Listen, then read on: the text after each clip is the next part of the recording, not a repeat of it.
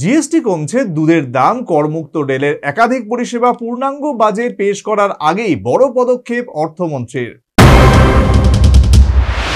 কেন্দ্রীয় পূর্ণাঙ্গ বাজেটের আগেই সুখবর দেশবাসীর কাছে। আগামী দিনে একাধিক পণ্যের উপর থেকে এবার কমতে চলেছে জিএসটি।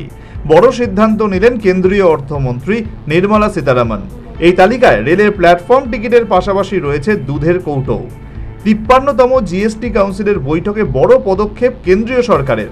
জানা যাচ্ছে, আগে প্ল্যাটফর্ম টিকিট কাটতে গেলে তার জন্য গুনতে হতো বাড়তি জিএসটি। এবার তা জিএসটি মুক্ত করার সিদ্ধান্ত নেওয়া হয়েছে।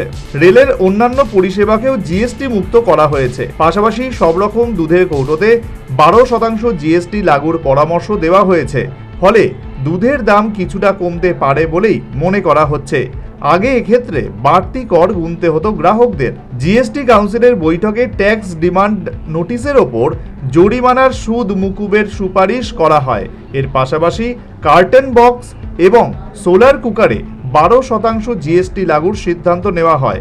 উল্লেখযোগ্যভাবে এবার পড়ুয়াদের জন্য শিক্ষা প্রতিষ্ঠানের বাইরে থাকা হস্টেলগুলোকে জিএসটি মুক্ত করার প্রস্তাব দেওয়া হয়েছে। উল্লেখ্য, ভারতীয় রেলের তরফে যে পরিষেবাগুলি দেওয়া হয় তার সবগুলোকে জিএসটি মুক্ত করার প্রস্তাব দেওয়া হয়েছে। জিএসটি কাউন্সিলের প্রস্তাব অনুযায়ী platform ticket, retiring room, waiting room, cloak room এবং ব্যাটারি চালিত গাড়ির পরিষেবাকে জিএসটির আওতার বাইরে রাখা হচ্ছে। বলার অপেক্ষা রাখে না, এই প্রস্তাব কার্যকর হলে উপকৃত হবেন দূরপাল্লার ট্রেন যাত্রীরা।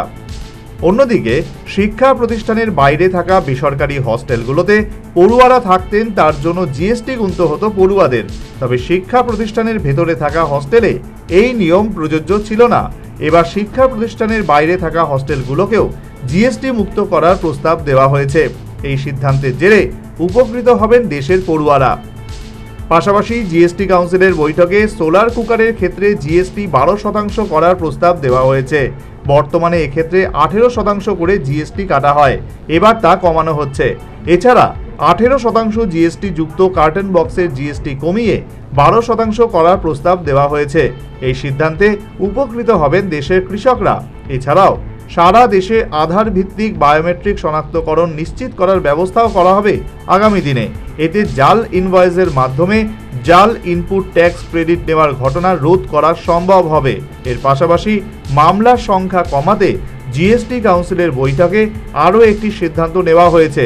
জিএসটি আপিল ট্রাইব্যুনালের আর্থিক সীমা বাড়িয়ে ২০ লক্ষ টাকা করা হয়েছে। একই পরিমাণ হাইকোর্টের জন্য ১ কোটি টাকা এবং সুপ্রিম কোর্টের জন্য ২ কোটি টাকা। Bureau report, news vanguard.